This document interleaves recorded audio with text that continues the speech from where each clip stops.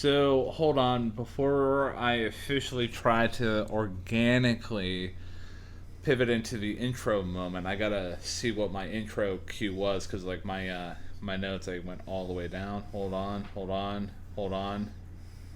Hold. Oh.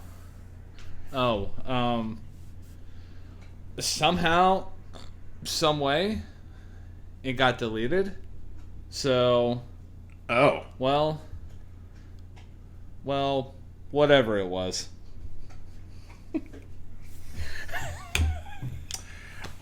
You know what? You know what, good sir? I'm about had up to here with your shenanigans. Oh man, you love it.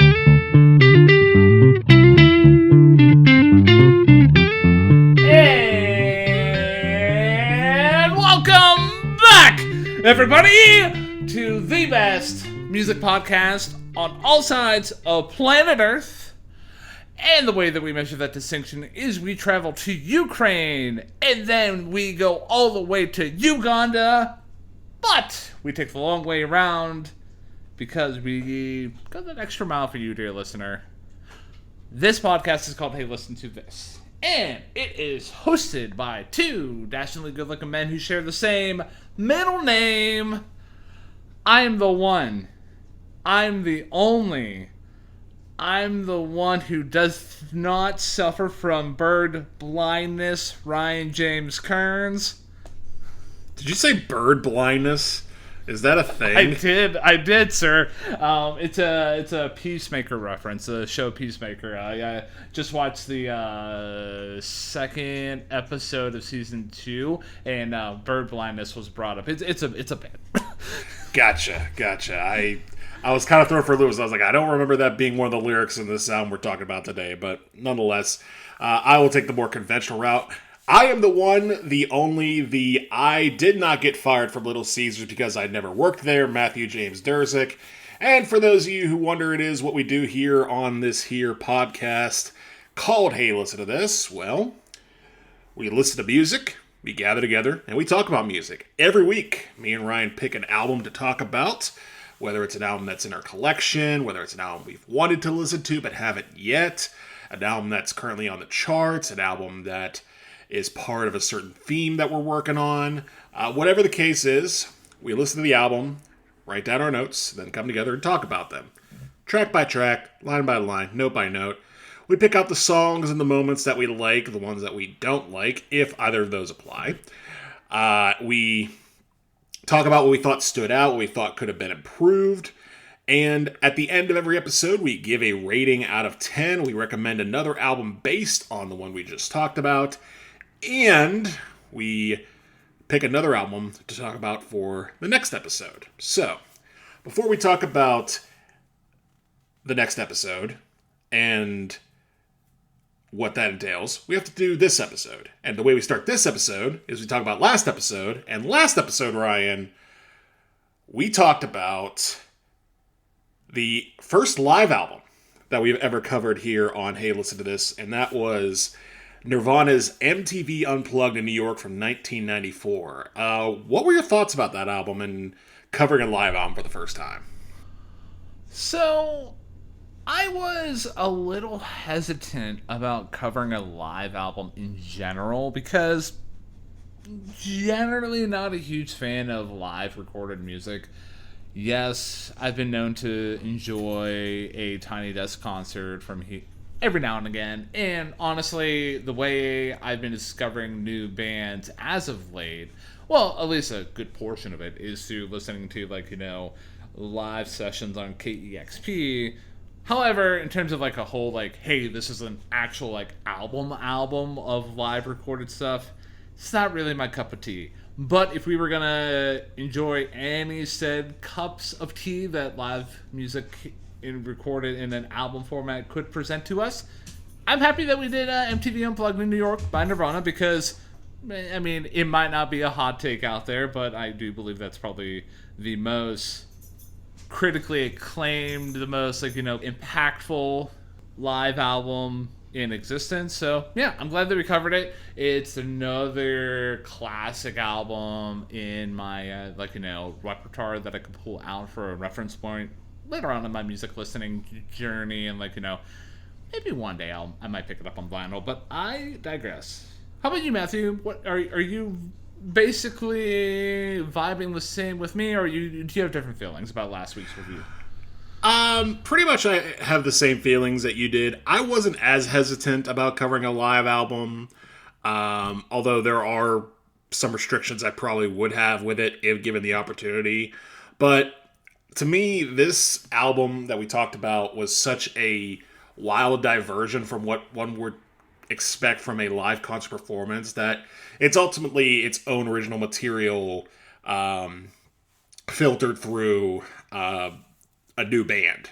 So I thought it was a really good way to talk about it, and also not only did it provide a sequel to our In Utero review from many moons ago, but kind of a flip side to the week before when we talked about Green Day's Dookie, where you have the sort of reemergence of pop punk coinciding with the final farewell of grunge, or at least the final high mark of that subgenre in the same year of 1994. So I'm very glad we talked about MTV Unplugged in New York.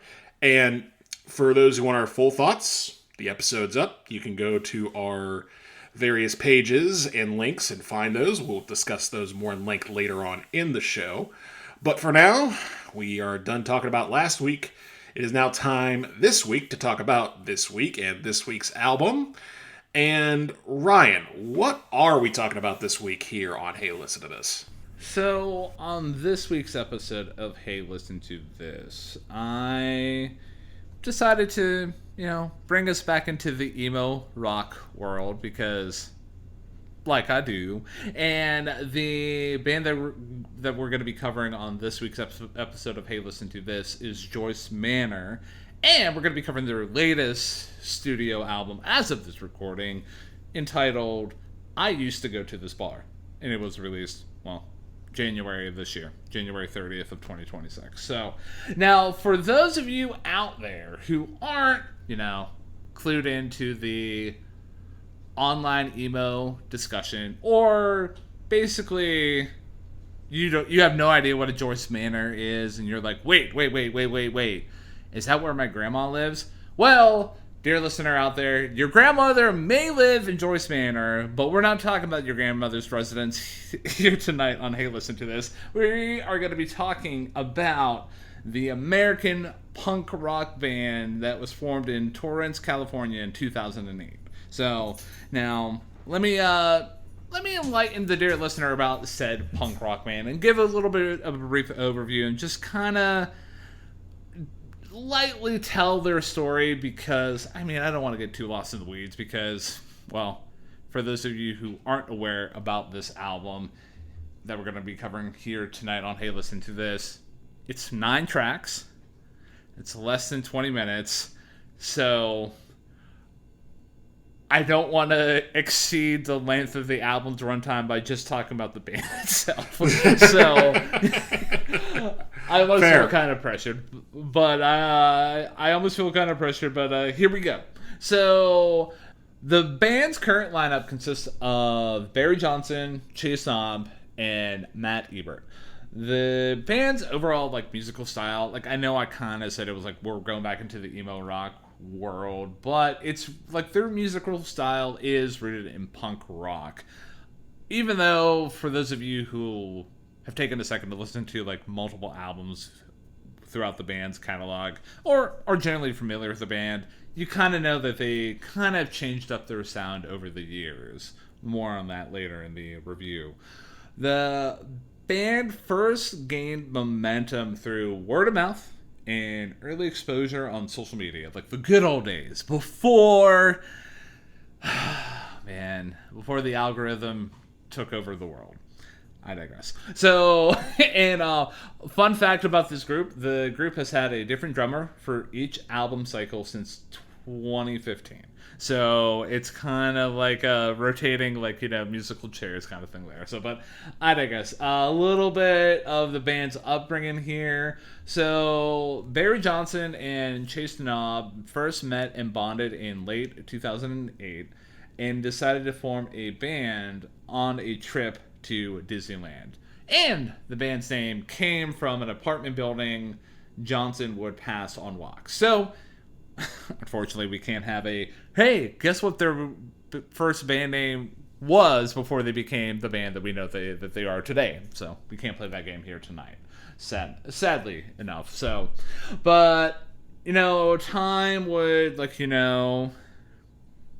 carry on. They would be doing, shows, building up groundswell as, indie bands do when any band has done it in existence. Like, they basically gain their fan base through their live show, and they became part of the broader emo revival scene that included bands like Tiger's Jaw, the Menzingers, Title Fight, and Touché Amoré. A who's who of Ryan Kern's music, to say the least. So, but in 2010, the band signed with 6131 Records, which gave the group a small budget to record their first full-length album.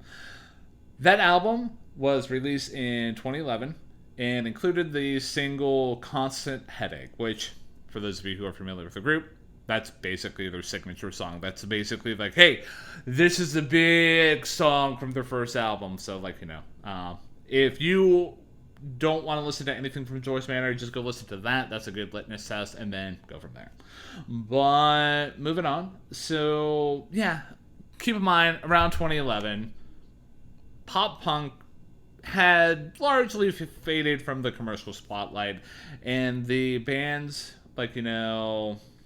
popularity kind of, as contrary to that, rose through word of mouth and basically from an online kind of presence, particularly on Tumblr. And also, Punk News named their debut album the 2011 album of the year, and it landed on many year-end best of lists. So, yeah.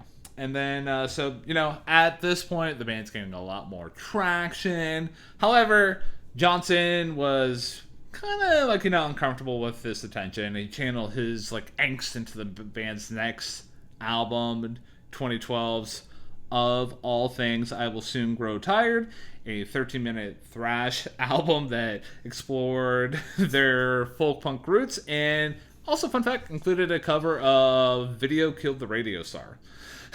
So, the band's friends at Asian Man Records connected them with the staff at Epitaph Records, the legendary punk label, with whom the band signed in 2014. So, the band's first album for Epitaph was Never Hung Over Again, and basically kind of united, listenership between, people who were I don't want to see you, sign into a new label, and also brought new fans to the tent of Joyce Manor. So, in 2016, the band released their next album, Cody, supported by singles Fake ID, 18, Last You Heard of Me.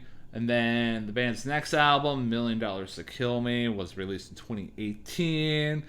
And then the pandemic essentially happened, and it prompted the band to hold more of a reflective view. Midway through the year, Joyce Manor issued Songs from Northern Torrents, a kind of a rarities compilation collecting earlier demos. And then the next year, in 2021, the band issued a 10-year anniversary edition of their debut album, remixed by the original engineer, undoing a lot of editorial decisions that made during the recording process that the band came to regret. So that process allowed Johnson to reevaluate older unfinished demos that helped birth the band's 2022 album, The Sublime, referencing 40 ounces to Fresno. So that kind of essentially brings us to where we are at today, because in October 2025, the group announced their 7th studio album, I Used to Go to This Bar. It was released by Epitaph Records on January 30th of the year that we are speaking here tonight, Matthew. So, yeah, that's a brief overview about Joyce Manor as a whole. kind of a little bit of a rundown of their discography and what essentially made them famous and what has given them like a solid fan base here today. So before I tell my story of how I became part of that fan base, I'm going to turn it over to you, Matthew. I probably might know what this answer is, but did you have any clue on who Joyce Manor was before this review? And if not, what's your thoughts about going back into the world of emo rock? Well, funny enough, back in 20... No, I'm just kidding. I had no idea who this band was before we got started. I might have heard of them a couple of times, maybe from your lips or maybe from some review lists I've seen, but ultimately I was going into this very, very, very blind. I do appreciate your overview of the band, though, because number one, it proved that, you know, anybody can decide to take control of their, you know, master tapes and be like, actually, no, this is how it should sound, and make a couple good albums out of that. Also, I love the fact that they have a Spinal Tap-ass revolving drummer. Like, they just go through them each and every album, and that is, as a drummer, kind of terrifying, but just as a human being who appreciates comedy, very, very, very funny. As far as going back into the world of emo rock, I know this is your bread and butter, and I wasn't sure what to expect because I've heard this described as emo rock, I've heard described as punk, described as alt, and after listening to the album, I'm not so sure I can pinpoint a genre myself. So, yeah, that pretty much explains my bird blindness, if you will, to Joyce Manor heading into this review. And I throw it back to you, Ryan. How did you become a fan of this band? So, I can't really pinpoint how I got introduced to this band, whether it was through like a algorithm through Google Play Music, or it might have been Spotify on a Discover Weekly. But either way, somehow, someway, I was graced with the album Cody in terms of like, you know, hey, you should listen to this. And, well, I did. Once. Twice. And then I listened to it a couple more times. And then I was just like, you know what? I like these guys. They seem like they're kind of fun. And yeah, I will pay attention to them with any other release that they have like going forward. So like, you know, for those of you following along at home, in 2018, $1 Million to Kill Me came out. I listened to it. I'm just like, cool. Never really gave it a second thought, but I'm like, cool. Like the band. They're doing good, cool stuff. 2022 came along with 40 Ounces to Fresno. Cool. I like what they're doing. They're doing good stuff. And then somehow, some way, this album that we're talking about here today on Hey Listen to This came across my radar because I knew who Joyce Manor was, thanks to, like, you know, my appreciation of those Spring Goose albums and, like, you know, their earlier work as well. I don't want to shade anything else out of their catalog. However, I came across it, and all I'm going to say is it did a number on me. So, I was just like, I circled that album on my Google Doc, and I knew one day we might be talking about this record, and here we are, man. Well then, that's a hell of a strategy to go with, and I like the little teaser of this album doing a number on you. I also appreciate the fact that you suggested to the audience to listen to the big single if you don't want to listen to any other Joyce Manor songs. That's funny because, again, these albums are usually roughly 20 minutes or less, and like you could probably listen to their entirety through, you know, a trip to the DMV if the situation to arise. So I just thought that was kind of funny. But in any case, I'm glad we're talking about this album today, just because it's a nice little departure. We're going back to 2026 after spending kind of a few as of late. Like, we've really delved into 1994 a lot over the last couple months with not just Dookie, MTV Unplugged New York, but also throw the Blue album in there. So we've been heavy on the 90s as of late. Not that that's a bad thing, but it's nice to come back to 2026 and discuss some of the new sounds. And with that being said, Ryan, I'm ready to discuss these new sounds, new to my ears and new to our listeners out there, and talk about I Used to Go to This Bar by Joyce Manor, and the first track of which is I Know Where Mark Chen Lives. Ryan, floor is yours. Now, the dear listener out there might be asking themselves right now, what is a Mark Chen? Well, I'm going to do a little brief overview, talk about who Mark Chen is. No, just kidding, because this is not the Mark Chen episode. So Mark Chen is a singer-songwriter for the bands Summer Vacation and Winter Break. Side note, love those band names. So that's actually kind of funny. And the former of those two bands, Joyce Manor, released a split EP with back in 2010. Barry Johnson detailed the song's lyrical themes in a statement. And he is quoted saying, lyrically, the song was inspired by Chase and I hanging out, drinking and smoking weed and laughing about stuff. And we were talking about how when weed clubs first started, they give you a free dab and the bud tender would do a dab with you. Side note, crazy statement. I never knew that this was an actual thing. Anyways, and continuing his quote. Dabs are insanely gnarly. I was cracking myself up imagining some 19-year-old girl that just did her third dab of the hour before getting robbed at gunpoint, because they always get robbed as a cash business. That's the imagery of the song. Those early days when weed was still not super fully legal, it was like the Wild West a little bit.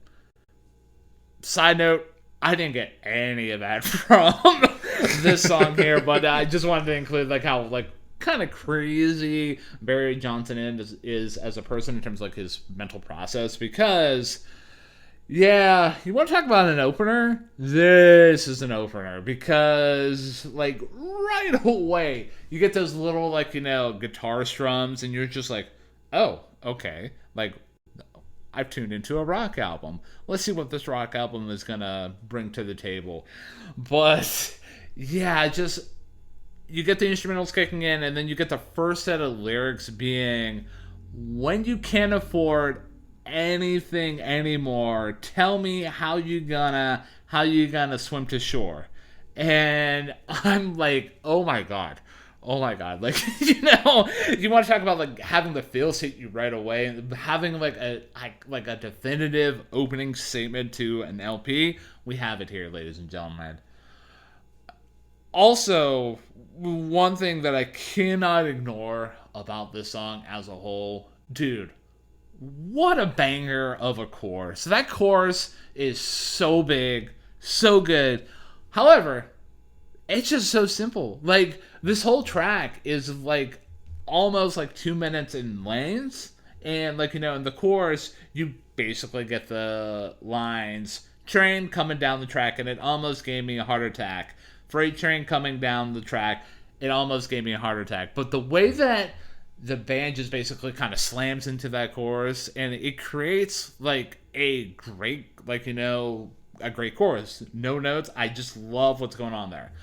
And even if you take a second to listen in to the guitar work during the chorus, I found it to be really cool. It's kind of if you really just want to lean back and just let the chorus just wash all over you, cool. But if you lean in, you hear the guitar work, you get rewarded with a really cool part. The bridge, talking about another aspect of it on the song, is so impactful on the lyrical front, because I know I'm not alone with feeling where Barry Johnson has been when he sings the bars, "You fight back tears of frustration as I search for something to say." we've all been there as human beings. And if you haven't, I'm sorry. You're not a human being after all. You actually might be an alien. But moving on from that, the final section, though, within this opening track is really great because you get the band cutting out during, like, the final chorus. And then you get everyone coming back in, and you get a good old use of a pick slide, man. I caught that, and I was just like, you know what? I see you, Joyce Manor. You just really just utilizing, like, everything in your rock arsenal. Cannot say enough good things about the lyrics overall, though, with this opening track, because, like, just finishing out the first one that I already said, like, half the bars to, but, like, my lyrical highlight within this opening track goes, when you can't explain the damage done to your brain, but it's clear that it's severe and it's here to stay. Like, oh my god, dude. Like, cutting right to the bone, man. So, only other thing I gotta say about I Know Where Mark Chen Lives is I don't know where Mark Chen lives personally. However, I do love this song a great deal. It's my third favorite track off the record. And full disclosure, that's all I have. Like, I only have a top 3. I don't have a bottom anything. So I'm right there with you. I only have a top 3 for this album as well. And I'm glad you explained who Mark Chen was, because I myself also had no idea who he was. But now I know. The more you know. So I agree with you on a lot of things in this song. That opening line of, when you can't afford anything anymore, tell me how are you going to swim to shore, like, that just is a punch to the face right away. And like you said, this band just absolutely rips into the instrumental early and often, and they're chugging along at a breakneck pace. You mentioned the bridge being super strong. I noted that it was impressive that they got there in less than 60 seconds, because usually the songs don't do that. They just, like, I strain to call this a punk song, but it definitely has that punk element of just being stripped down, very basic, very chanty in a way. It has a chant to it, especially on that really good chorus, like you mentioned, where they're just repeating, train coming down the track, and it almost gave me a heart attack. Saying it out loud doesn't do it justice, because the way that the band harmonizes, or I guess sings in unison if you don't really count it as harmony, whatever they're doing, it works. It just absolutely feels like a powerful moment of music where it's just, yeah, they're talking about this train coming down the track, and you can almost envision, like, that being the case. Like, they're just walking along the side of a train track, and all of a sudden they realize, hey, a train's actually coming, and just duck out of the way and have to catch their breath. And, maybe not all of us have spent time with friends walking alongside train tracks in their lives, but I can see it. It's very Stand By Me-ish, if you will. Ultimately, though, with I Know Where Mark Chen Lives, I have it as a cut track. It came close. It came very close to being in my top 3, because, like you said, it is a hell of an opener and a hell of a way for the untrained ear to experience Joyce Manor for the first time, and for those who have been experienced to enjoy this album for the first time. I'm kind of curious to see where you're going to land in your track rankings, because this album does show two different sides of Joyce Manor, but I do very much appreciate your analysis of I Know Where Mark Chen Lives, and, like, your just overall appreciation. I kind of want to also kind of throw out another, like, kind of, you talked about, like, punk rock being, like, like, the format for this album, and, like, how you kind of struggle to call, like, I Know Where Mark Chen Lives as a punk song. I almost feel like the group as a whole is kind of taking a little bit of an influence from Weezer, like a light dab of Weezer influence, but more on that later, man. So, without any further ado, are you ready to fall into it with the next track, Falling Into It? I am ready to fall into it with Falling Into It, and once again, a very quick start. You get the vocals right away. But unlike I Know Where Mark Chen Lives, Falling Into It is a bit more subdued. And it's funny you mentioned Weezer, because this song very much reminds me of a Weezer song, at the very least, like maybe like a more subdued cutoff of the Blue Album, or more specifically, Islands in the Sun. Like, it definitely has that upbeat but not super in your face vibe to it. That being said, the strategy for the song is very much the same as the first one, where the line of the chorus is basically just the line that titles the song. Yeah, and we're falling into it, falling into it, falling into it. But the way that they attack it, the way that they come together vocally on it is just so expert and so tight. I love that. It just has such a small like structure, but it feels so big because they just scrunch everything into this sub 2 minute piece of work. And what the sub 2 minute piece of work is about is basically just falling into old habits, whether it's falling into love or falling into the habit of smoking a joint or the habit of going to a bar that you have down towards your apartment. Whatever those are, there is a sort of ambiguous vibe to it too, where it's upbeat, but it's slightly downbeat too. Like, it's not very, like, it has a pace, it has a pulse, but it doesn't feel very uplifting. Like, it's not like, hell yeah, we're gonna go back to the way things were. But it's also not scared as in, oh no, these things from the past have come back to haunt me. No, it's just like, well, I guess we're doing this again, and that's how it's gonna be. But I guess that's how it's gonna be. So there is a very teeter-totter level between optimism and pessimism with this track. And I may be falling way too deep into it myself because, once again, this song is very simple, and it is a very structurally simplistic song, but it sounds very, very, very nice. The guitars are great, the vocals are great, band sounds great, drums are good. Especially at the end, whenever you get that nice little 2 note send off of the snare just hitting and the bass hitting. Like, I wasn't expecting that, but it is a nice sort of lively feel to it. So, with Falling Into It, I'm going to put this one in the great song bucket.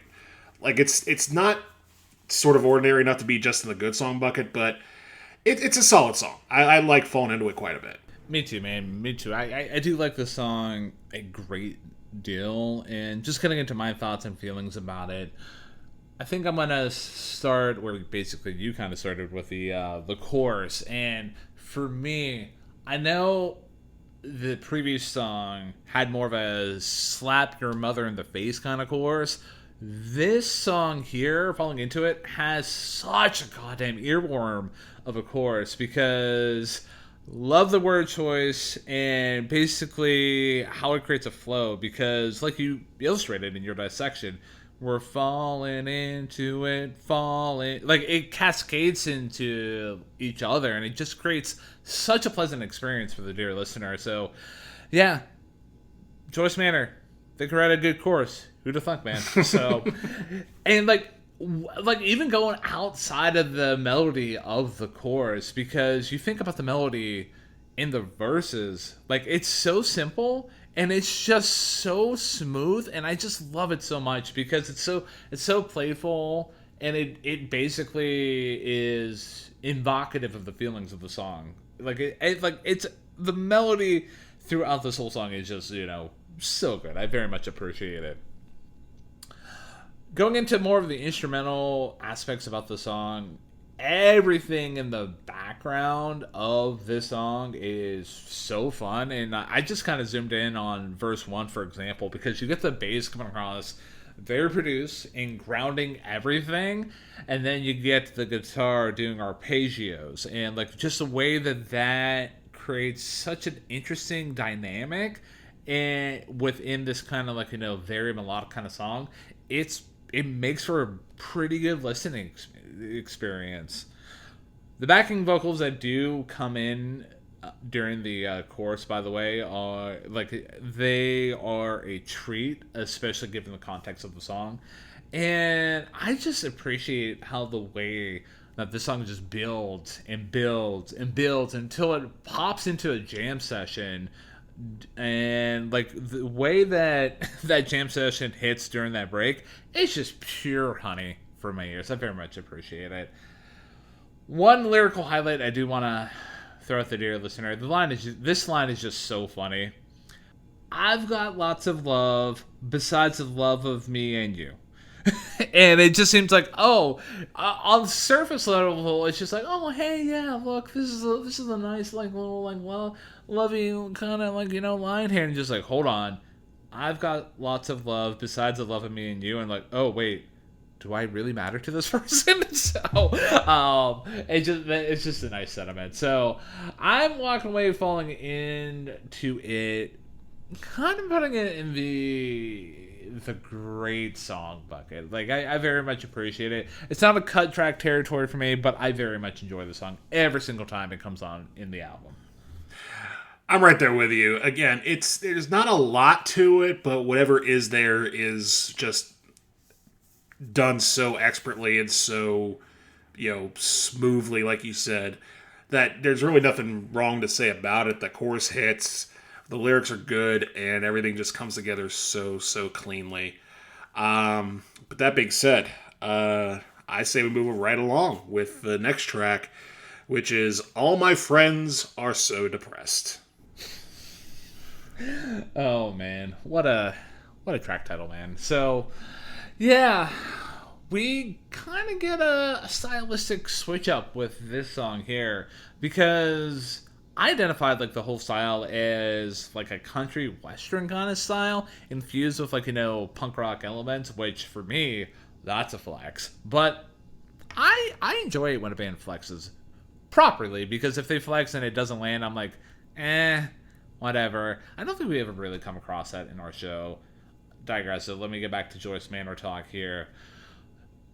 The drum work within All My Friends Are So Depressed is so tight. And fun fact with this album here, there isn't a single drummer. There's like 3 different drummers that are listed on the production credits. So the specific drummer within this track here is Dave Hidalgo Jr. So, shout out to Dave. You can drum pretty well. Who'd have thought, man? But, yeah, just the drum work within this song here by Dave is so good. And I also love how the guitar and bass are just doing interesting stuff during the verses. Like, the whole band is just creating lots of fun for the listener to, like, sink their teeth into. Want to shout out this line. When I look into your eyes, I feel paint on houses dry. And I'm like, oh, that is such a backhanded line. Like, I very much like the lyric writing there from Barry Johnson. Chorus is so good. Love the backing vocals, and specifically the melodies and the drops in the I was just trying to sing along, like that specific motif within the melody is just so good. It's so honey for my ears. The instrumental break within All My Friends Are So Depressed was just so much fun. You get the bass and guitar just playing off of each other so well. And for me, considering how Barry is delivering the vocals here, and it's so like melodically defeated, but not really showing a lot of emotion, which is an interesting statement for me to make, but I'm sticking with it. There's something about the way that Barry sings this bar that gets me. And I quote, "Wish that I would fucking die chalk it up to rotten luck. That kind of cuts a little deep to the bone. But yeah, all my friends are so depressed. I'm kind of putting it in the same song bucket as Falling Into It. I very much appreciate what the band is bringing to the table. They're having a lot of fun with the different kind of songwriting techniques, and it shows, man. Yeah, so this song is, to me, the first real departure from what the band was bringing to the table with the first 2 tracks. Similar to Falling For It, you get an upbeat song with a downbeat mood. And it's not downbeat like Nirvana was last week, but very indrawn, very subdued compared to, for example, I Know Where Mark Chen Lives, where, again, it's very much just slapping you in the face and hoping that you enjoy the pain. Here, All My Friends Are So Depressed has that nice, I would almost say folksy, I know you said country and western, but it's sort of on that teetering line between folk and country shuffle. The drums on here are great.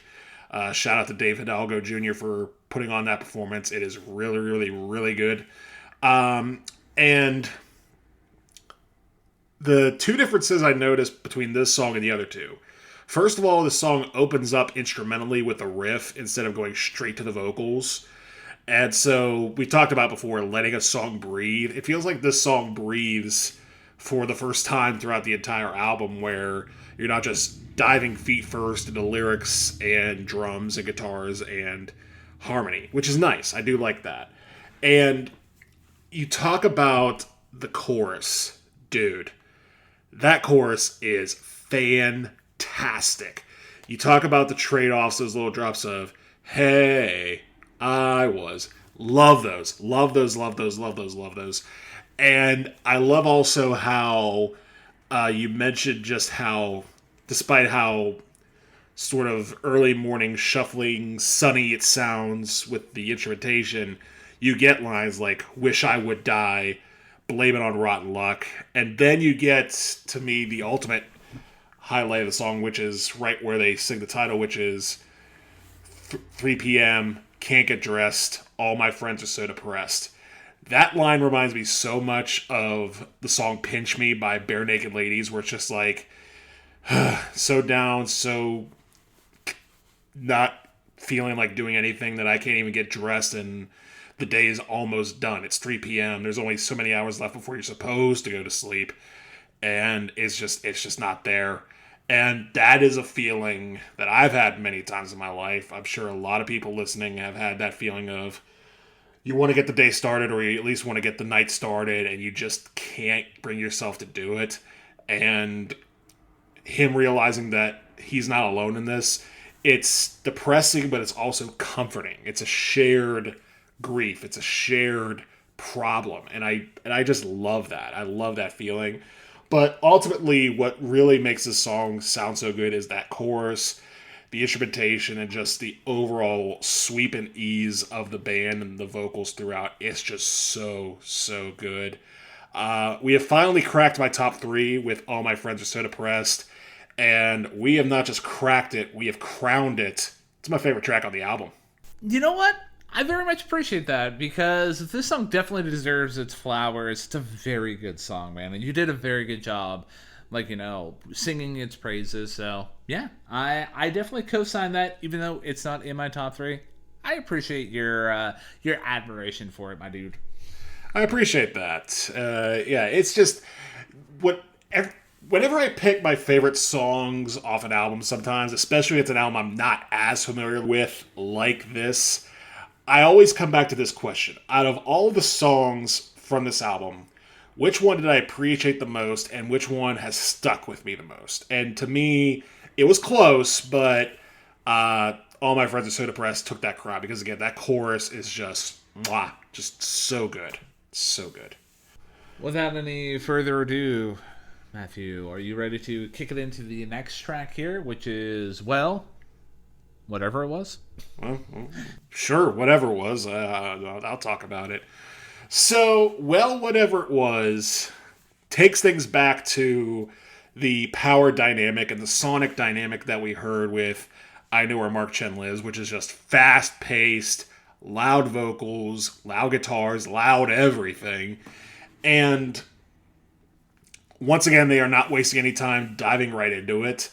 And what they are diving into, to me, these opening lines are just some of the funniest lyrics I've ever heard. Like, the opening line of this is my lyrical highlight, which is, had the worst day ever so far, got run over by my dream car. Like, come on, man. Like, that's just pure poetry.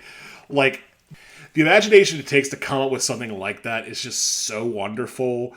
And I laugh every time I hear it because I'm just like, how did you come up with that? How did you consider the possibility of getting run over by your dream car? It's just so funny. And then the line about getting fired from Little Caesars, drinking whiskey because my teeth hurts. That's a hell of a rhyme, and I very much appreciate that. And overall, this song feels like the sort of brother song to All My Friends Are So Depressed, but where All My Friends Are So Depressed had that sort of comforting serenity of realizing that it's not just you, and sort of having this warm feeling of ambiguousness as to what's going to happen next.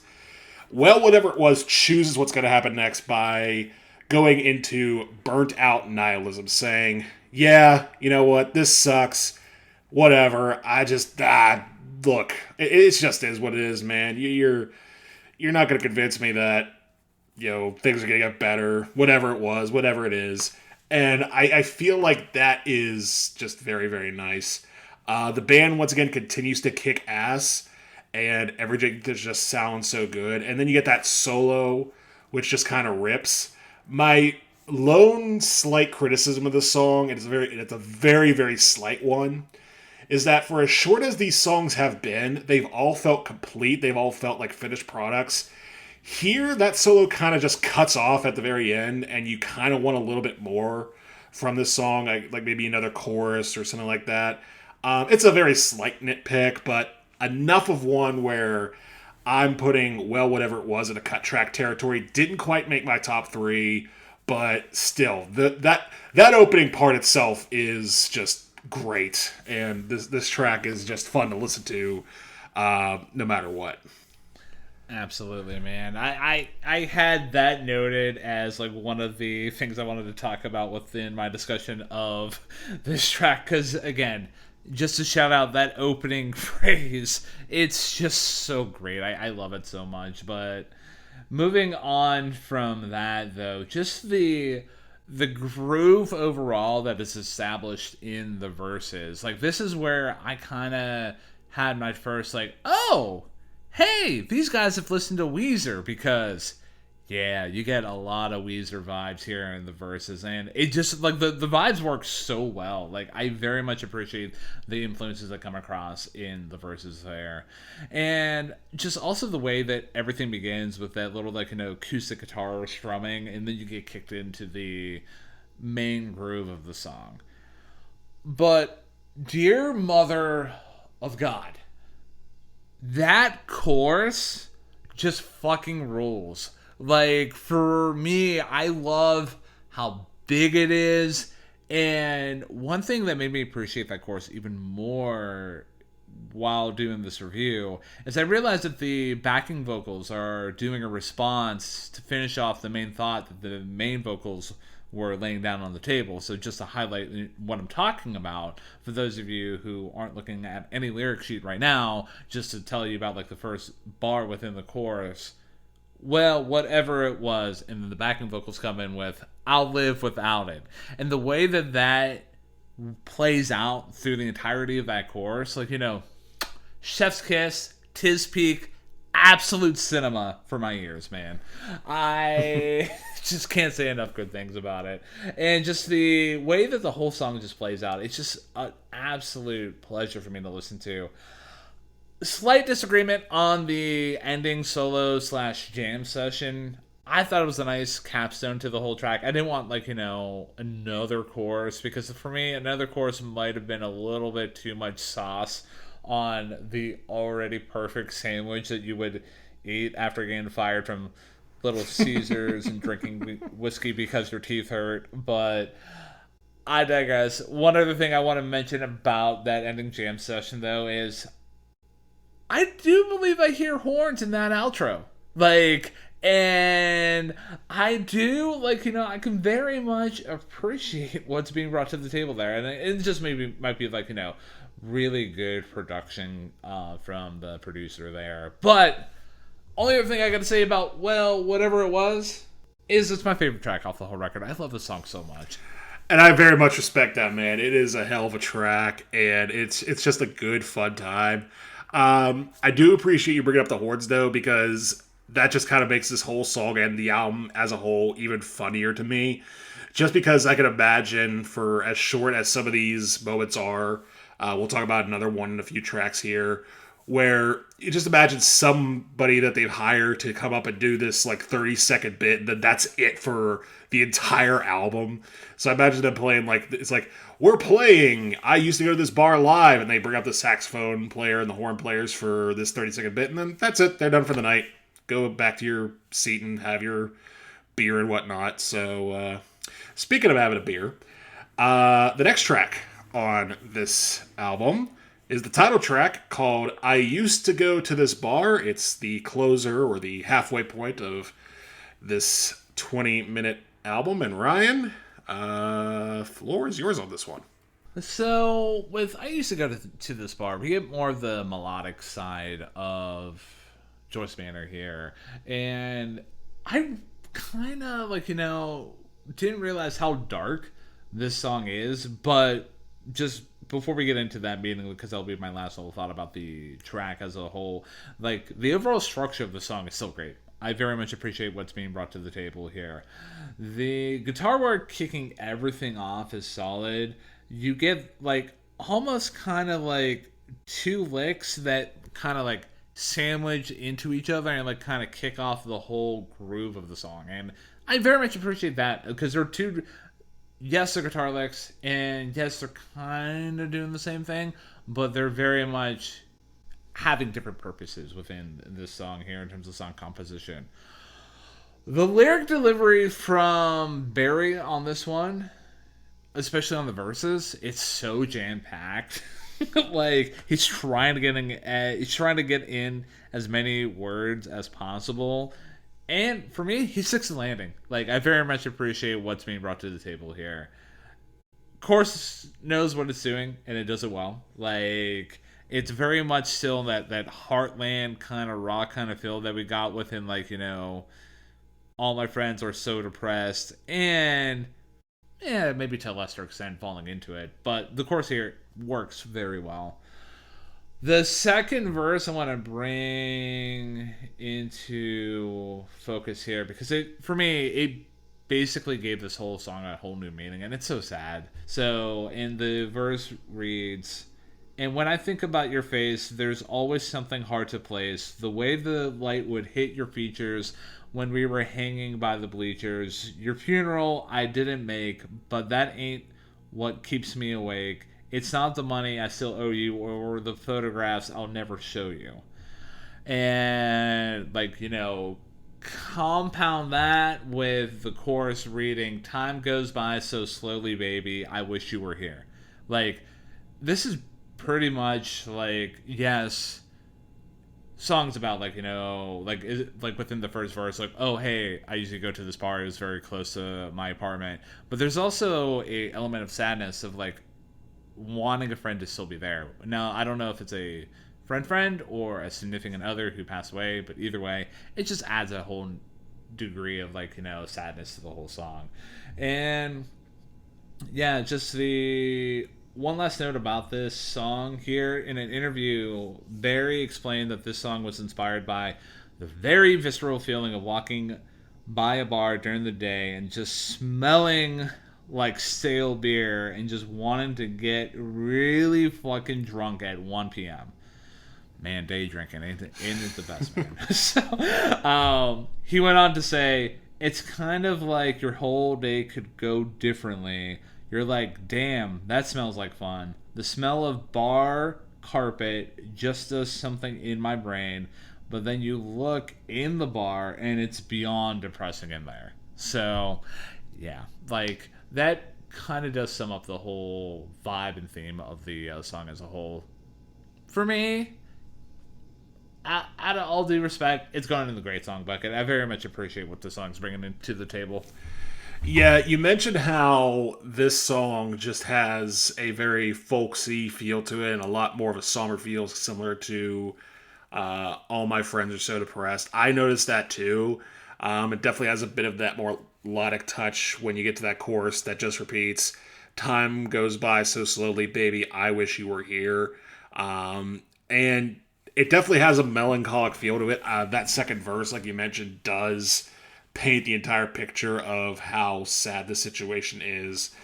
And yeah, you get that mammalian instinct of wanting to party on because you smell that bar smell and you get those feelings of, hey, this smells like a Friday night, and then you realize it's a Tuesday afternoon. You're just like, shit. So, yeah, I do appreciate this song for bringing that to the table.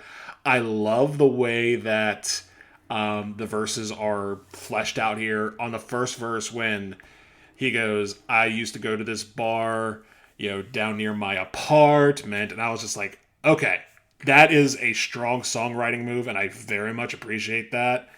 And I definitely just caught how clever that was. And the band just throughout is once again very powerful, very strong. Definitely has that sweep and ease that All My Friends Are So Depressed showed, but a bit more, I guess a bit more lively than that, because, well, I can imagine whoever was singing that song sitting in a corner of their room with a guitar. Here I can imagine someone sitting at a bar just sort of keeping to themselves, drinking by themselves, and realizing that time is slipping away from them while life happens around them. And anytime I can envision a song while I'm listening to it for the first, second, third, or however many times, it's a big plus. So I very much like the title track, so much so that we have once again entered my top 3, and I have it at number 2. I very, very much co-sign that. Yeah, there's something about this song, though, that really does a number on you. And, you did a very good job illustrating that. And there's something, like you said, about the song that can really just make you envision it, very vividly, even though it's not that long of a song. But with all intents and purposes, Matthew, we must progress into this review here. However, I might have forgot about the intro and what I wrote down originally. I didn't forget about the question that I've been dying to ask you ever since we got on the call here this evening. I figured you hadn't, because it is a very powerful question indeed. What is that question, good sir? If the dear listener out there is just hearing our review of I Used to Go to This Bar by Joyce Manor and are really falling into it, and they want to help show support for what we do on a week in, week out basis, that way we can keep on keeping on producing content week in and week out, what are some ways that they can help support what we do on a week in, week out basis? Also, what are other ways that they can help connect with us on different platforms, that way they can catch little fun things that we post on different platforms. Wink, wink. Nudge, nudge. and if they're really feeling like the son of man and they want to help get that Phil Collins review into the pipeline, what is a way that they can do that as well? Well, I'll start from the start. And the way they can help support us here on Hey Listen to This is by continuing to listen to this. And the easiest way for them to do that is to find us on their favorite podcast platform of choice. We are on the likes of Pocket Cast, Apple Podcasts, Spotify, and YouTube, where we upload our episodes each and every week. And if you're on those platforms and you like what you're listening to, let us know. Hit that like button, give us that 5-star rating, comment something down below, what your favorite part of the review was. If you are on our feed or on our YouTube channel, hit that subscribe button as well. Do whatever it does to fulfill the technological desires of the algorithm and do us a solid at the same time. Now, let's say you find an episode that you really want to get out there. Like you're thinking, okay, I've listened to this, I like what I'm hearing, and I know somebody out there is going to like this too. But I'm not sure who that is. I don't know who to DM this to. I think that might be a little awkward. I may not have talked to them about 3 or 4 years. Do not worry. You can cast that wide net on the internet because we are on social media, and that is how you can connect with us.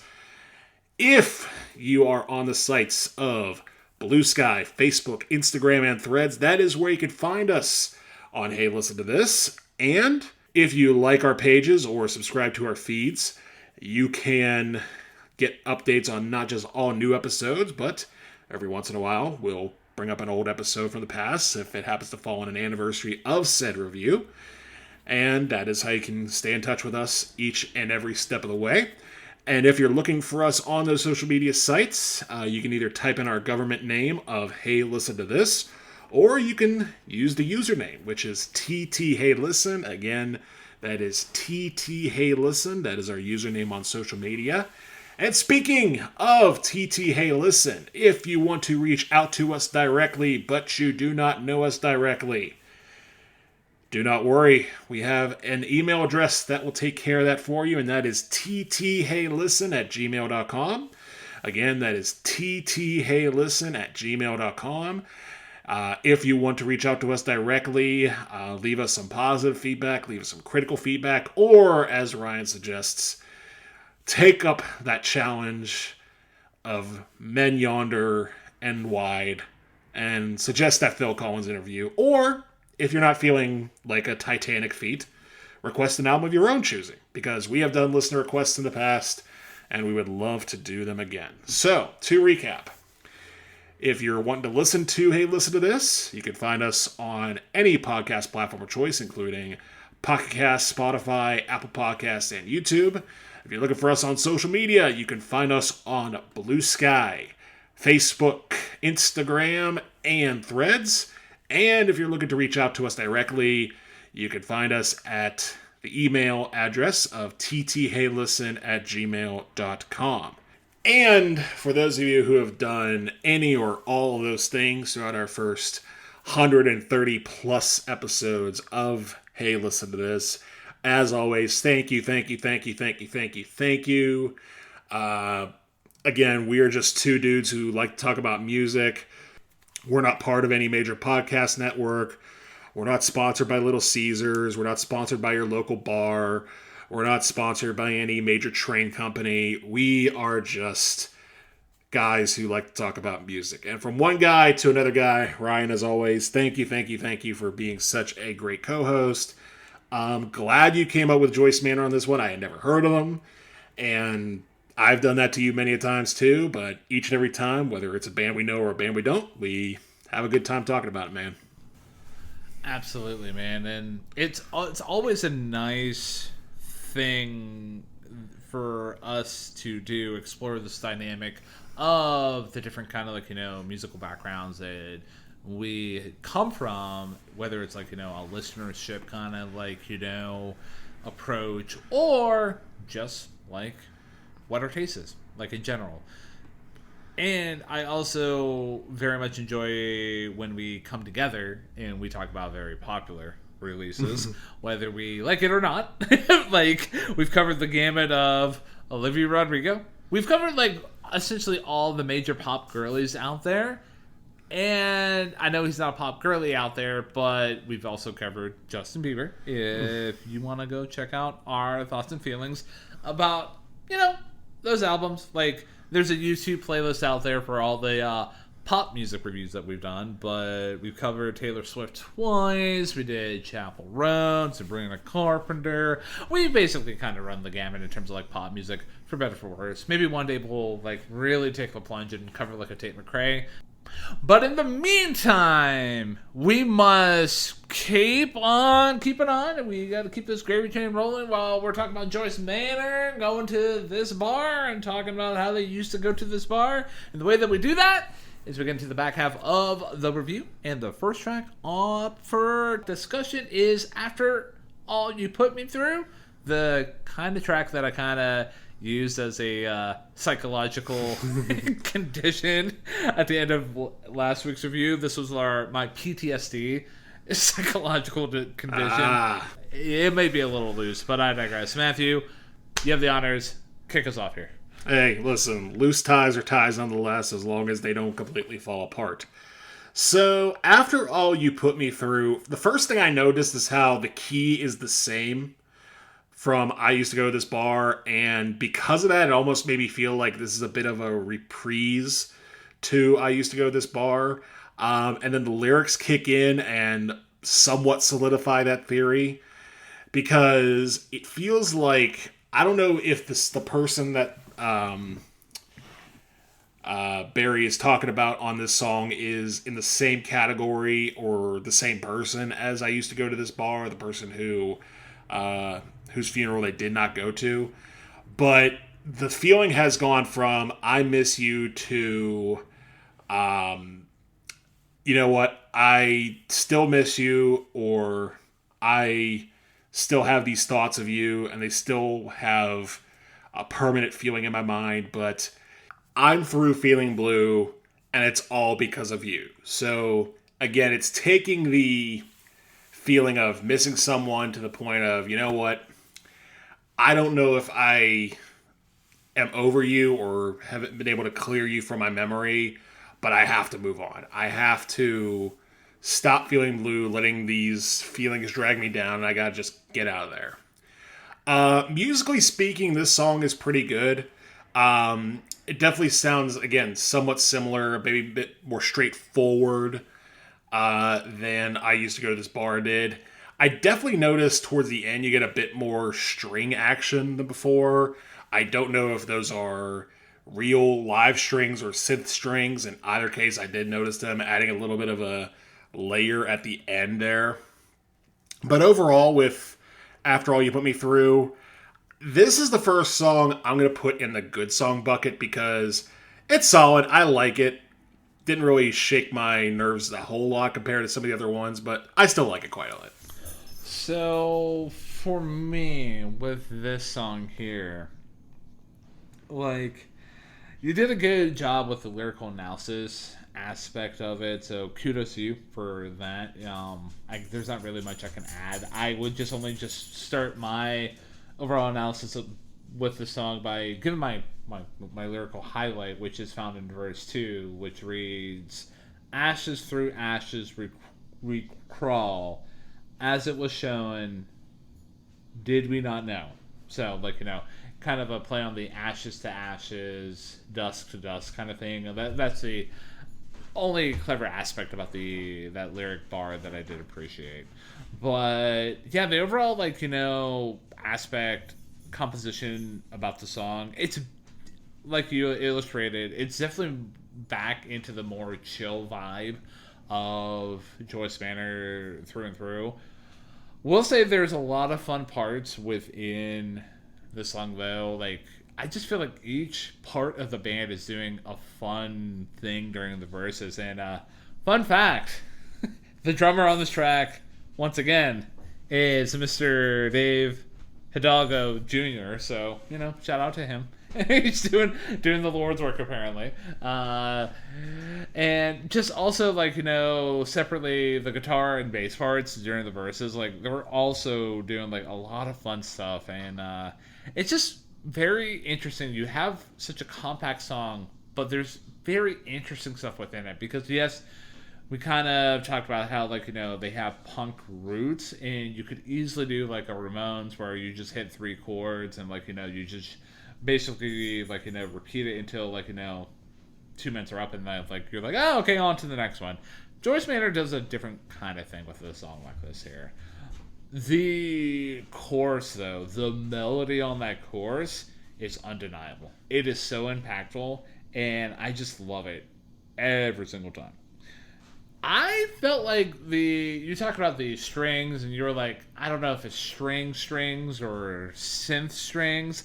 I had notes of it being synths, so we'll say like it's a little bit of both. It could be synth strings. So, but either way, that use of instrumentation there on the production front was nice. I very much appreciated it. So yeah, overall, with after all you put me through, it's going in the, I'm gonna say good song bucket. It's definitely on the lower end of appreciation in terms of like the track listing here, but it's a good song nonetheless, dude. I wholeheartedly agree. It is a good song and definitely not a bad song by any means. I mean, the only real thing it has going against it is going up against a lot of the other songs which we've already sung high praises for. Now will we be doing that for this next track? Well, we're about to find out. So Ryan, the floor is yours for the next track off of this album, and that is simply entitled The Opossum. The Opossum, indeed, man. So, yeah, so we've gotten into a groove so far into up until this point of the record. Like, we've had a couple, like, chill tracks in a row. That changes with the Opossum, like, because this song basically rips. Like, the energy that is being brought forth in this track is just, I would say, yes, songs like I Know Where Mark Chen Lives and, well, whatever it was, do have a lot of energy. This one has the most kind of chaotic energy throughout the whole LP. Like, it's so fun. And, like, again, I'm hats off to the guitar work within the Opossum here, because it's crazy in so many parts. Like, it's almost like they're treating the guitar like a banjo here with the Opossum, and I love it, man. It's a lot of fun. Also, speaking about things I love and how Joyce Manor tends to compose songs within this LP, the opening lines within the Opossum, so good. And they read, I had a dream when I woke up this morning. I was a shadow of my former glory. That's very much Heartland kind of rock, like a la like Bruce Springsteen, Gaslight Anthem, whatever kind of like, example that you want to throw out the dear listener. You might even throw like a Tom Petty on the Heartbreakers at you there, but yeah, it's just an excellent opening bar. Love how the verses are structured, because you get a call and response dynamic between the vocals and the band. Like, it's just so good, and I very much enjoy it on the songwriting composition front. That is so Raven right there. The chorus overall, though, like, it's a bit on the weaker side, admittedly, compared to what we've experienced so far with how Joyce Manor is able to bring like such impactful choruses in their songs. Like, here, it's fine, but yeah, I'm gonna be honest with you, the melody isn't that strong. Like, it does the job. I'll give it like a C at best, quite honestly. So, lyrics, though, are great within the Opossum. My lyrical highlight was, when all of the darkness in your heart has been declared, will I still know who you are?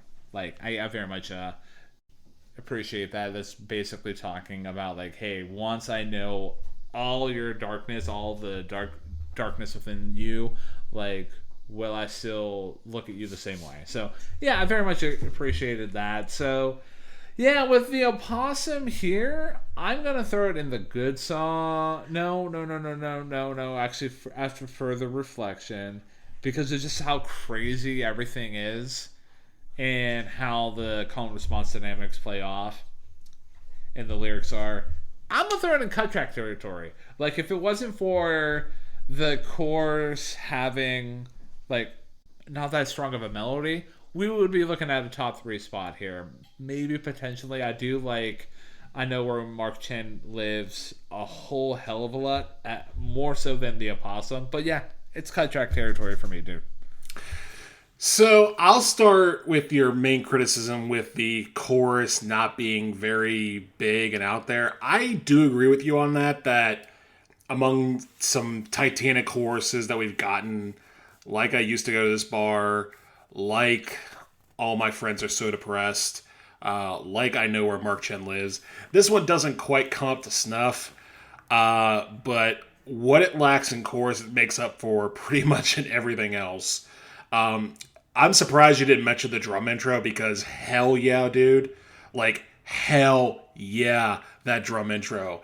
Like, it's funny you mentioned this song being sort of a in line with Tom Petty and Bruce Springsteen and Heartland rock. I almost want to make like a subgenre of songs like this called post Heartland because it almost feels like that's what we're dealing with here.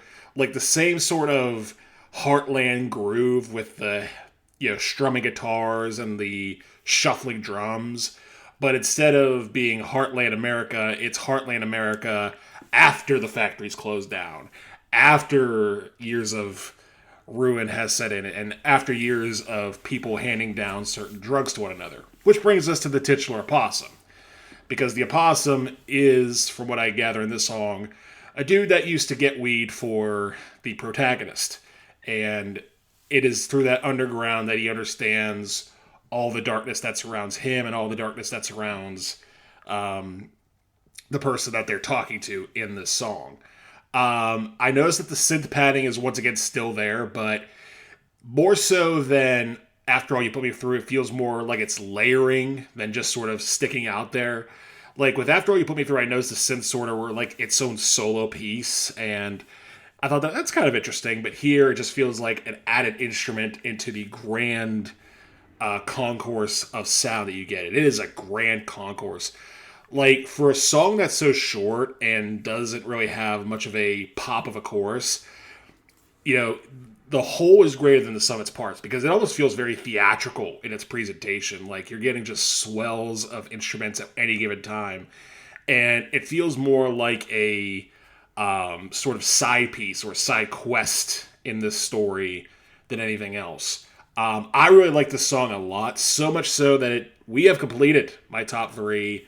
I got the Opossum in at number 3. Okay, man. Okay, look at you, man. Kind of surprising me there with the Opossum, but you know what? I dig it, man. I dig it. Needless to say, I'm a fan of the Opossum. I mean, I got put in the cut track territory for me. So yeah, for it popping into your top 3 at number 3, definitely co-sign that 100%, my dude. Yeah, again, I think what sealed it for me, because again, there were a few tracks where it was kind of a toss-up of could this go in the top 3, could this go in the top 3, like Catch Me Another Day and Well Whatever It Was, or I Know Where Mark Chen Lives, could have I taken the spot the Opossum did, but again, it's that drum intro that just really sealed it for me. It feels very similar to Transgender Dysphoria Blues from Against Me, in that same sort of drum intro, Heartland rock, post-Heartland type of vibe to it, and I'm always there for that, man. It's just so good. Yeah. So, without any further ado, Matthew, I say we just get into the penultimate track of this record, and it is entitled, well, don't it seem like you've been here before? Perhaps so. Matthew, the floor is yours. Perhaps I have been here before. But as far as this album goes, we have not. And what I mean by that is that, unlike all the other songs, which have teetered between just sort of angst with, sonic confidence to angst with sort of a passive sonic palette, here this is just a full-blown chant at this point. Like, this is a song I can imagine people drinking and singing to in a bar. Like, 2 a.m. after Norway beats Sweden in the World Cup quarterfinals. Like, this is the kind of song I can imagine everybody in the bar singing, because that's how it sounds like. It just sounds like a bunch of dudes who have had a few singing this chorus, and it is a true chant of a chorus that literally is just the title of the song. Well, don't it seem like you've been here before? And that alone provides a lot of context for what the song is. And what the song is basically a call out to anyone who's had that feeling of, you know, as Margaret Robbie once said eloquently, do you guys ever think about dying? And that's basically a call out to anyone who's thought that way, like thinking, oh, this heartbreak is the worst thing that's ever happened to me. Oh, me getting fired from my job is the worst things that ever happened to me. Oh, uh, having this bad dab is the worst thing that's ever happened to me. And the way the chorus feels is just like a big ol' suck it up, you'll get over it. And that may be a misinterpretation of what this song is trying to be, but what you say and what you sing and how you sing it are three very different things. And just the very powerful in your faceness of this song implies that, if everybody's singing it to you, then obviously they must feel a certain way about it. So yeah, it's a very odd track considering a lot of the empathy we've seen throughout this entire thing, particularly on All My Friends Are So Depressed, on I Used to Go to This Bar. Like, there's a lot of heartwarming empathy here. This feels like the inverse of all of that, where it's just like, we've all had those days. You'll be alright. Musically speaking, again, very much in your face. Not just vocally, but the outro specifically, where that guitar solo is just going nuts all over the place. You're just like, whoa, where did this come from? Because it's not something you would expect on an album like this to have a straightforward guitar solo. And then you follow that up with the harmonica solo after that, which is just, again, very post-Heartland, very Killer, very Tom Petty coded. Or maybe Blues Traveler coded if we're talking 90s. But in any case, I like that too. And even though I had the same feeling with this song that I had with, well, whatever it was, where it felt like kind of short, I didn't feel that as much with this one. Like, I felt like it was more of a complete, nice finish with the harmonica solo on this track. So, with Well, Don't It Seem Like You've Been Here Before, I'm going to place this in... I'm going to place it in the great song bucket. And for me, my overall thoughts and feelings about Well, Don't It Seem Like You've Been Here Before. Like, the song's pretty good, but I will say admittedly at this point, this for me, the song title is a little bit like, a little like tongue-in-cheek, because I'm like, no, I kind of feel like we've been here before in terms of like overall like song structure and like, like composition, but it's not a bad composition to live in. So like just getting into the nuts and bolts about it. So once again, gonna shout out the guitar work within this album here. The guitar work within this track here is very much on point, and I very much love that little like repeating guitar lick, and it very much appears throughout the whole song. The chorus within the song here is very, very strong. Like, I very much appreciated that, and like it's funny that in your dissection about the track, you kind of drew the contrast between like the main lyrics and the verses and the chorus being like, no, man, man, you've been here before, and that adds like a different kind of element to the song as a whole, because like my lyrical highlight, just kind of skipping ahead here a little bit, was found in verse 2, because I overall think that the lyrics are crazy within this track. Lyric reads, how you tried and you tried, but you couldn't love your niece, 'cause your heart ain't what it used to be.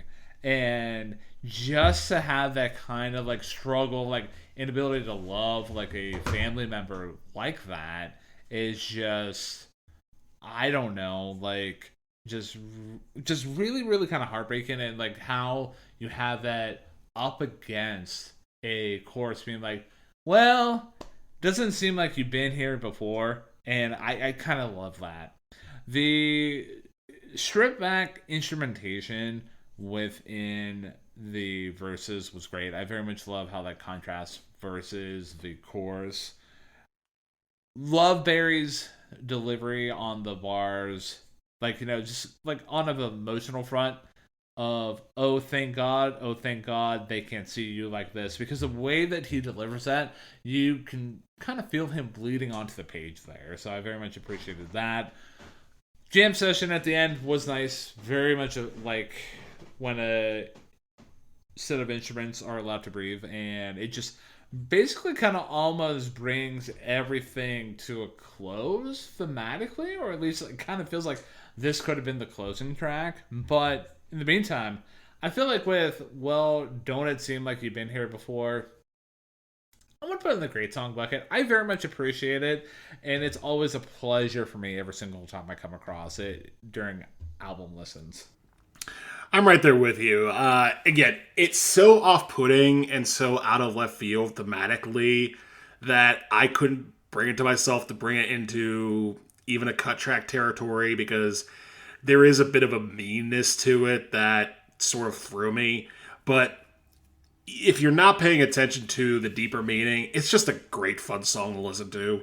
Where it's just, again, just, a bunch of guys at a bar singing a song, and it does sort of have that, like, because, I mean, in America, we have, Sweet Caroline in that category, maybe Don't Stop Believin', Living on a Prayer.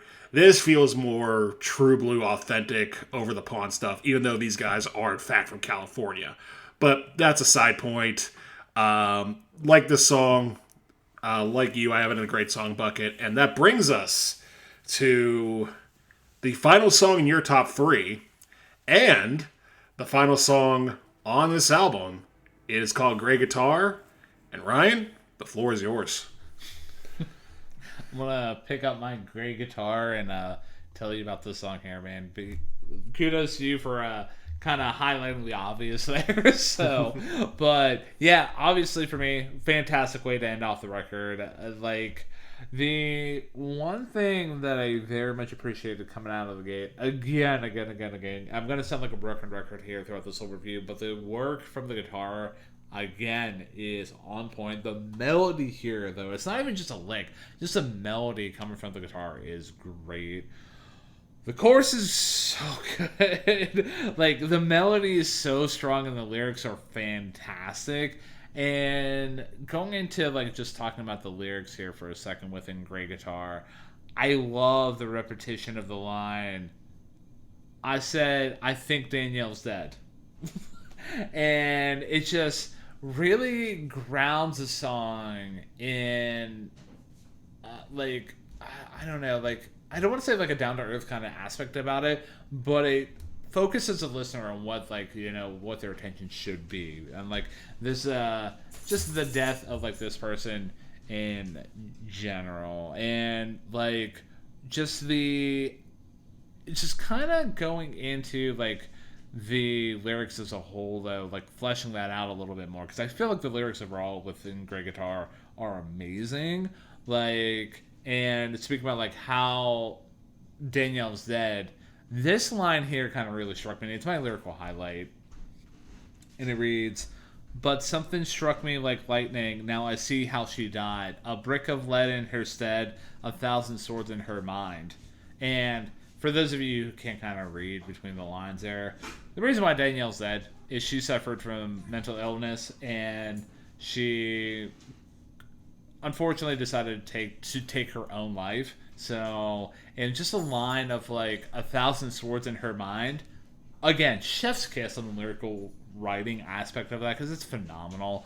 Side note, dear listener out there, if you are struggling, or if you know that somebody else in your life is struggling, resources are out there. Text or call 988. The best thing you can do is always reach out to somebody, because you might think that you are alone in your struggles and no one's ever felt the way that you felt, but no, you're not alone, man. Or, woman. We're better off if we connect with other people. But going away from that aspect of discussion there, other sets of lyrics that I did appreciate within Grey Guitar, the ending set of lyrics for the whole album are fantastic. And they read, one day they'll come to get you and expose what's in your heart. Some say they did depict you as though you were a star. Like, and I don't know if Barry is writing those lyrics as a sign of like imposter syndrome, but yeah, like that's really good stuff, man. And one other thing I do want to highlight about great guitar is the synths at the end of the track were a great touch. Very much appreciate that. So yeah, great guitar. Second favorite track, easy for me. I respect that, man. I very much do, because this is a wonderful track to close things out with. I'm not going to step too much on what you've already said, because, again, the music is very powerful, and the band is once again just showing off its superior skills on this track. What I did notice, though, about this any track, I talked about how there was a bit of a subdued meanness to, well, don't it seem like you've been here before? Grey Guitar kind of follows that same vein, where there's a bit more empathy in the lyrics themselves, but the overall attitude is very much a, yeah, we know, and we're unhappy too, but we're just going to have to deal with the truth being what it is. There's a surprising confidence and anger mixed in with these lyrics, where they realize that Danielle's dead, and, you know, there's really nothing that can be done. Just a matter of play your guitar and hope it all works out in the end. And like you said, he could be writing about himself. He could be writing about somebody else he knows. Maybe he's writing about Mark Chen. Who knows? But my lyrical highlight came at the end of the chorus, where it goes, "We both know that they can't fix you. They haven't got the parts," which is a great line, and one I didn't realize until today, and I'm going to go back to a few reviews ago. Sounds very similar to one of the lines of the closing track off the Olivia Rodrigo album, Cigarette Smoke, where she says, I thought we played the perfect couple till you didn't want the part. And it just sounds so similar to me that I don't know if maybe Olivia cribbed some inspiration from Joyce Manor. I would love that theory. If anybody wants to crib that theory with me, go right ahead. But in any case, like I said, the mix of anger and angst and frustration throughout the song, mixed with the confidence of understanding what the situation is, reminded me a little bit of Spanish love songs, not gonna lie. Like, it felt very like, yeah, this is just rough, and yeah, and I very much appreciate that for what it is. So I'm going to close this out by putting Grey Guitar in the great song bucket, because it is, in fact, a great song, and I respect you having it in your top 3, man. Yeah, thank you. And I also want to exist in the reality that Olivia Rodrigo cribbed an influence in one of her songs from a Joyce Manor song, but maybe we do exist in that reality. I don't know. But what I do know, Matthew, is coming into this review, we've had 9 tracks up. 9 tracks have been sent smack down. We have filled out our scorecards thoroughly, so there's only one thing left to say about this review, man. We did it. We did indeed do it, man. We went up to the members of Joyce Manor, and we told them, I used to go to this bar, and they sang us some songs about it. So I'm going to go first in terms of my overall thoughts and feelings and rating about said album. I love this album. It's one of those albums for me that, yes, it's less than 20 minutes long. So the listening experience of it doesn't require a lot of commitment. However, there's a lot of meat on the bone here within the amount of time that Joyce Manor brings to the listener with this package here. And what is brought to the table is many different sides of what Joyce Manor does explore on the musical aspect front. Because you get, like, yes, you get the hardcore stuff, like, you know, I Know Where Mark Chen Lives. You also get the Opossum. You also get, well, whatever it was. But then on the flip side of that, You get smooth songs, more melodic songs, like All My Friends Were So Depressed, and After All You Put Me Through, and I Used to Go to This Bar. Like, and you get a lot of good, like, instrumentals throughout this whole track. There were several moments where I shouted out the drummer. It seemed like every song I was talking about the guitar work. And also, like, the bass work throughout this whole LP was pretty phenomenal. There were several moments within the album that I was just like, yeah, the bass is doing some great stuff too. Lyric writing solid. Lyric delivery is solid on the vocal front from Barry Johnson. I cannot give this album a perfect rating because there are a little bit of nitpicks that I have, especially within the chorus of the Opossum, and just other moments where it's just like, I do realize that this album is a little bit of a one-note kind of feel. Like, even though I do enjoy that note a lot, that being said, I will give I Used to Go to This Bar by Joyce Manor a solid 9 out of 10. And for me, this is one hell of an introduction to this band, man. Like, I had no idea what to expect from Joyce Manor, but what I got was 9 very solid to very good to very great tracks that deal with the subject of alienation, growing up, remembrance, or PTSD, depending on how you look at it. Seeing the deterioration of your youthfulness, and each and every song brings something different to the table and something unique. Granted, there are similarities, whether it's the sonic power of songs like The Opossum or I Know Where Mark Chen Lives, to the more subdued stuff like I Used to Go to This Bar and All My Friends Are So Depressed.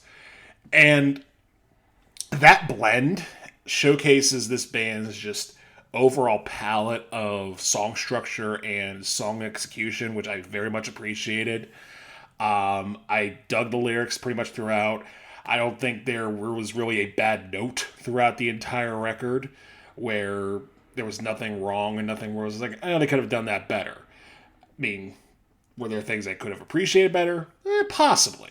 Like I said, some of the songs, like Well, Whatever That Was, felt a little on the short side. Well, Don't It Seem Like You've Been Here Before was, again, just kind of a weird song, but a good one nonetheless. So, much like you, I cannot give this album a perfect 10 out of 10, but it's a worthwhile listen. And again, at under 20 minutes, it's something that you could digest very easily. Just prepare for some emotions along the way. And I also am going to give I Used to Go to This Bar a 9 out of 10. Look at that, man. Birds like a feather. We are flocking together with that overall rating being a 9 out of 10. So, yeah, that makes the math pretty easy. So, our average score is a 9 out of 10 because, well, there was no variability in that score there. So, I'm just going to progress into the next album recommendation section of the episode here. I listened to a handful of Joyce Manor albums in preparation for this review. Because, why not? They're a good band.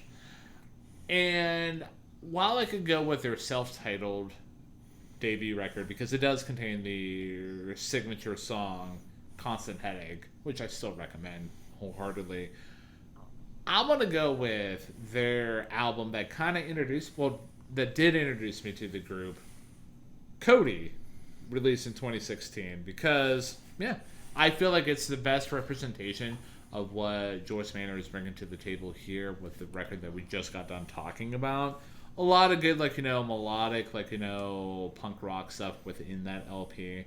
It's a little bit longer than I Used to Go to This Bar, which not saying much, no. But instead of 2-minute songs, you get 4-minute songs like most music out there. But yeah, easy recommendation for me. So if you've enjoyed I Used to Go to This Bar by Joyce Manor, just go check out Cody by the same guys. So despite the fact that a lot of their albums, as we mentioned, tend to run roughly 20 minutes or so, or even less. I have yet to really dive into anything else by Joyce Manor, although I definitely plan on doing so in the future. So that being said, this made my next choice a little bit tougher for me. And I know earlier we talked about Weezer and how a lot of their stuff seemed reminiscent of tracks on here. But I'm going to go with another band I mentioned earlier, not too long ago, in fact. So my next album recommendation off of I Used to Go to This Bar is indeed Transgender Dysphoria Blues, mainly because of the sonic similarities, that post-Heartland sound, and I'm just going to keep using that from now on when we talk about bands like this. But yeah, that post-Heartland, very upbeat, sort of rock style mixed with the angsty lyrics and the frustration mixed with empathy, mixed with more frustration and empathy that coalesces into just a wonderful piece of music. And yes, we have talked about that before. Go check out that review, but also check out the album. My recommendation is Transgender Dysphoria Blues by Against Me. So while you were leading up into what you officially declared to be your next album recommendation, you said the phrase, I just got done talking about said band. I'm like, wait, Olivia Rodrigo isn't a band. Are you about to recommend the Olivia Rodrigo album? Because that's a bold choice, man. But I digress. To summarize, dear listener out there, our average rating for I Used to Go to This Bar by Joyce Manor is a 9 out of 10. I recommended Cody by Joyce Manor if you want to check out something from the group. And Matthew recommends Transgender Dysphoria Blues by Against Me if you want to, venture off into a different realm of the punk rock sphere that isn't so much like emo, but still kind of has that post-Heartland feel that Matthew has been describing in this episode here tonight. So yeah, man, we did it, man. I'm so happy that we did this review. I am too. And what's funny is whenever you said, we're birds of a feather flocking together on our rating of 9 out of 10, that is true. But I also noticed for the first time in a while, our top threes are completely different. Like, I don't think there's a single song that overlaps between the three. Because I had the Opossum at 3, I Used to Go to This Bar 2, and All My Friends Are So Depressed at number 1. And if I'm not mistaken, your top 3 was I Know Where Mark Chen Lives at 3, Grey Guitar 2, and Well, Whatever It Was at 1. So we both came to the same conclusion, but from wildly different paths. And that speaks to the dynamic that we bring to the table here, because we definitely, we come at music from two different kind of standpoints. Sometimes we hold hand in hand within good songs, but yeah. That being said, there's only one thing left to settle up before we officially put this review into bed. Matthew, we've talked about Joyce Manor. So the time has come that we have to determine what we're going to be doing on next week's episode of Hey, Listen to This. And you are in the captain's chair. Where are we going next week on next week's episode? All right. So for contention once again, much like I did last time, much like you did last time too, bit of a choose your own adventure. And I have 4 albums set before us. Of these 4 albums, I have listened to only 3 of them. All 3 of those I have listened to within the past week, and 2 of those I have on vinyl. And that's the only context I'm going to give you heading into this selection. So, Ryan, are you ready? I'm ready. I'm trying to recollect all of your 4 album days that you posted on Instagram. I'm like, no, I can't remember, man. I'm not that good. But I digress. I'm ready, man. What you got? Yes, my 4 album days that have been rescued from my past social media lives. So, once again, I'm going to give you the first option, and that option is, once again, stay or go. Okay. So, last time I chose stay. So I'm going to change it up. I'm going to do go. Okay. We're going to go with go. And we are going to go to the 1970s. So, in that regard, I'm going to have you choose between 2 years from when these albums were released. Your choices are 1970 or 1973. Ooh. Because I'm more intrigued by the year in general. I'm going to go 1973. Okay.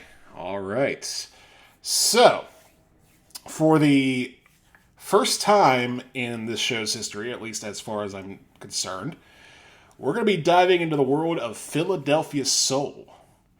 And we are going to be talking about the album 360 Degrees of Billy Paul by Billy Paul. All right. So the tables have turned, man. The dear listener out there cannot see because unless they're subscribed to our dark feed, but Matthew saw what I did with this episode and basically kind of flipped it because I don't know who Billy Paul is. I'm ready though. I'm ready to get educated on some Billy Paul, man. I'm looking forward to it, man. It's going to be an interesting review. Again, there's one song on there that you might be familiar with, but the rest of them, much like I was, sort of were new experiences for me, and now they're going to be shared experiences with our audience. So, dear listener, if you have not listened to the album 360 Degrees of Billy Paul by Billy Paul, check it out. And whenever you're done forming your opinions about that, come join us next week and share in our opinions, which we'll be sharing with each other about that album. But until then, Ryan, is there anything you'd like to say to close us out? There was, but I don't know, man. I kind of forgot what I wanted to say. So, yeah, well, whatever it was.